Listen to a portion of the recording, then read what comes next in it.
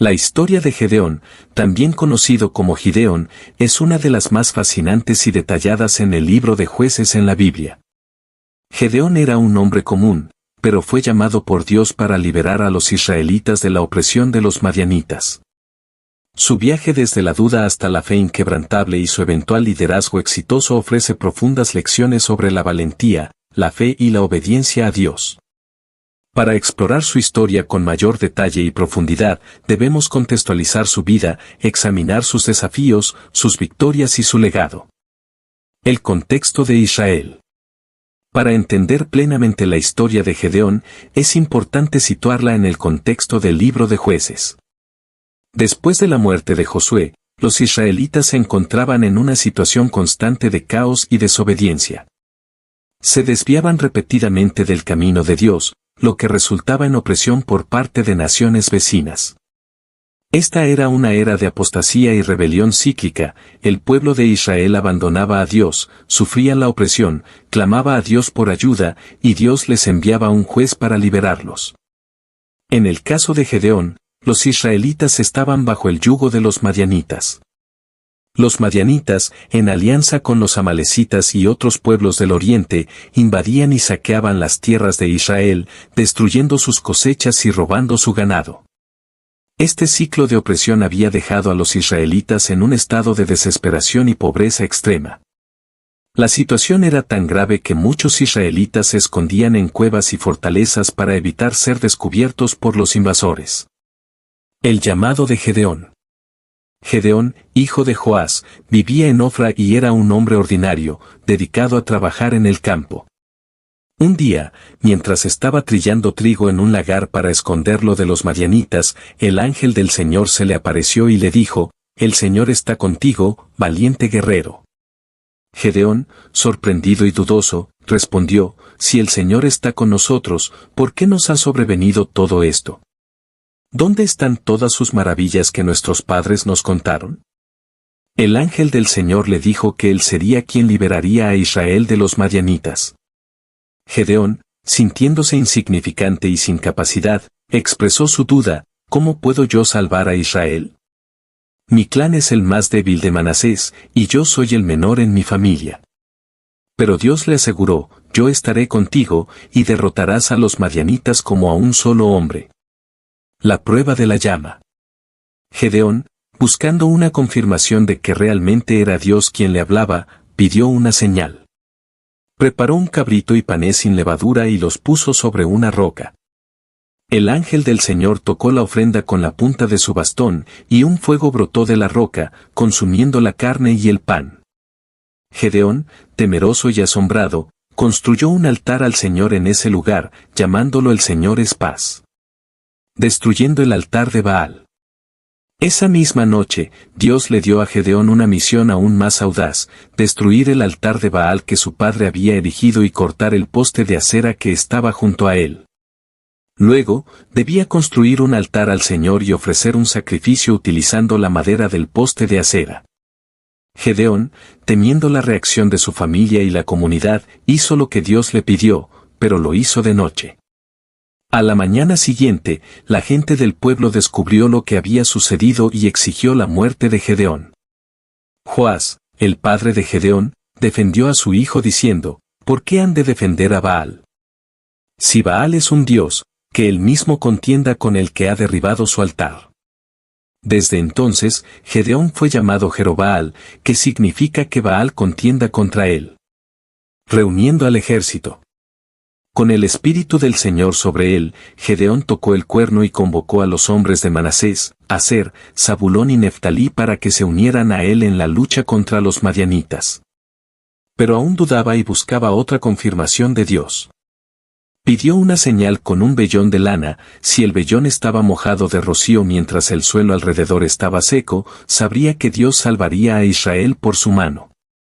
Dios cumplió su petición, y cuando Gedeón pidió que se repitiera la señal a la inversa, vellón seco y suelo mojado, Dios también lo hizo.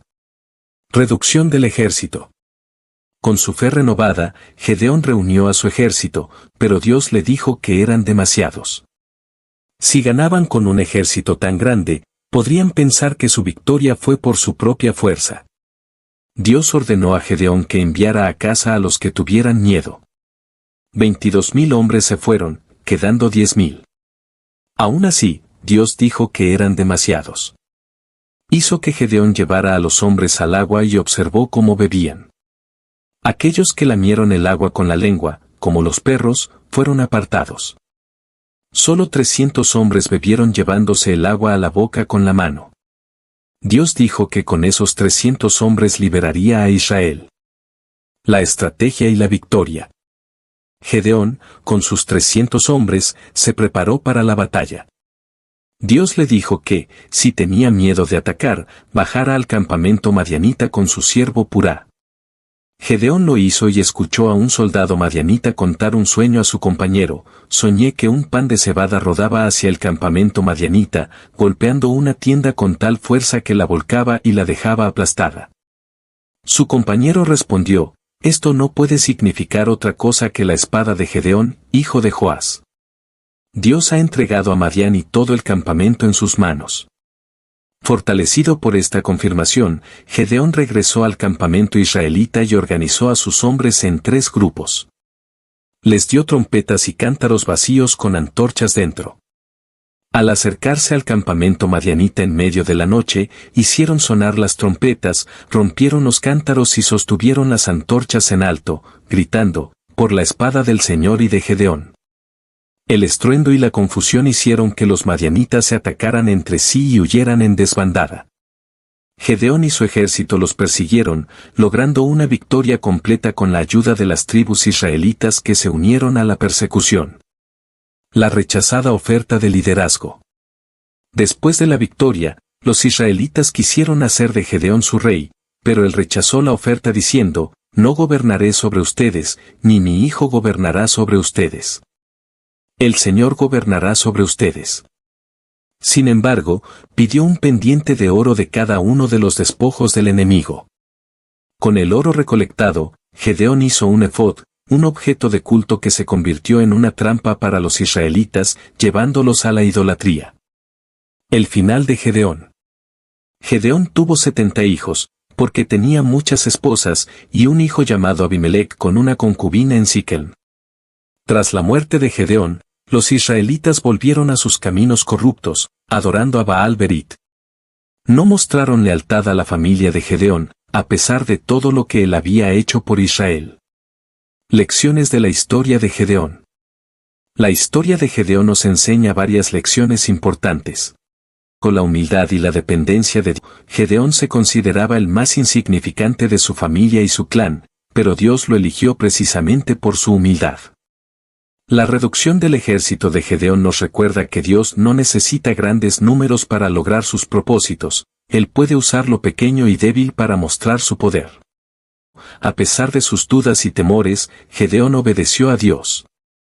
Su valentía al derribar el altar de Baal y su confianza en la estrategia de Dios en la batalla son ejemplos de fe y obediencia inquebrantables. Con la importancia de la fidelidad a Dios, la caída en la idolatría después de la muerte de Gedeón muestra la importancia de una fe constante y una vida centrada en Dios. La idolatría siempre lleva a la ruina y la opresión, mientras que la fidelidad a Dios trae liberación y paz. Aunque Gedeón rechazó ser rey, su creación del efod tuvo consecuencias negativas. Los líderes deben ser conscientes de cómo sus acciones y decisiones pueden influir en los demás y llevarlos hacia Dios o alejarlos de Él. Detalles adicionales de la vida de Gedeón. El temor inicial de Gedeón. El temor inicial de Gedeón cuando fue llamado por Dios es algo con lo que muchos pueden identificarse. Él estaba escondido, trillando trigo en un lagar para protegerlo de los madianitas, lo que muestra el nivel de opresión y miedo bajo el cual vivía Israel. Cuando el ángel del Señor se le apareció y lo llamó valiente guerrero, Gedeón estaba sorprendido y dudaba de su capacidad para liderar. Esta duda inicial y la necesidad de pruebas de la voluntad de Dios reflejan la humanidad y vulnerabilidad de Gedeón. El primer acto de obediencia, destruir el altar de Baal. El primer acto de obediencia de Gedeón fue destruir el altar de Baal de su padre.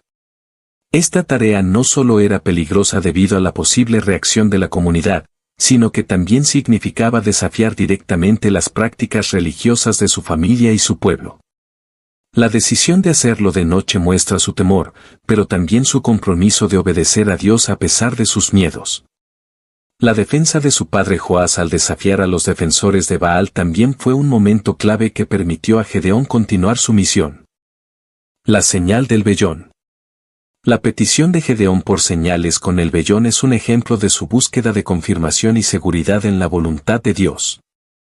A pesar de haber recibido una confirmación inicial con la aparición del ángel y el fuego en la roca, Gedeón necesitaba más pruebas para fortalecer su fe. Dios respondió pacientemente a sus peticiones, primero mojando el vellón mientras el suelo permanecía seco, y luego haciendo lo contrario. Estas señales no solo fortalecieron la fe de Gedeón, sino que también subrayaron la disposición de Dios a mostrar su poder y voluntad de manera tangible. La reducción del ejército. La reducción del ejército de Gedeón de 32.000 a 300 hombres es uno de los actos más significativos de la historia. Este acto mostró que la victoria de Israel no dependería de la fuerza humana sino del poder de Dios. Al enviar a casa a aquellos que estaban temerosos y luego seleccionar a los soldados basándose en cómo bebían agua, Dios eliminó cualquier posibilidad de que los israelitas se atribuyeran la victoria a sí mismos. Esto subraya una lección crucial, la dependencia total en Dios para la victoria y el éxito. La estrategia inusual y la victoria sobrenatural. La estrategia que Dios dio a Gedeón para la batalla contra los madianitas fue inusual y aparentemente ilógica desde una perspectiva militar. Usar trompetas, cántaros y antorchas en lugar de armas convencionales subraya la naturaleza sobrenatural de la victoria. La confusión resultante entre los madianitas, que los llevó a atacarse entre sí, demostró claramente el poder de Dios en acción. Gedeón y sus 300 hombres, con la ayuda de Dios, lograron lo que parecía imposible. La idolatría post-Gedeón. A pesar de sus éxitos, Gedeón cometió errores que tuvieron consecuencias duraderas.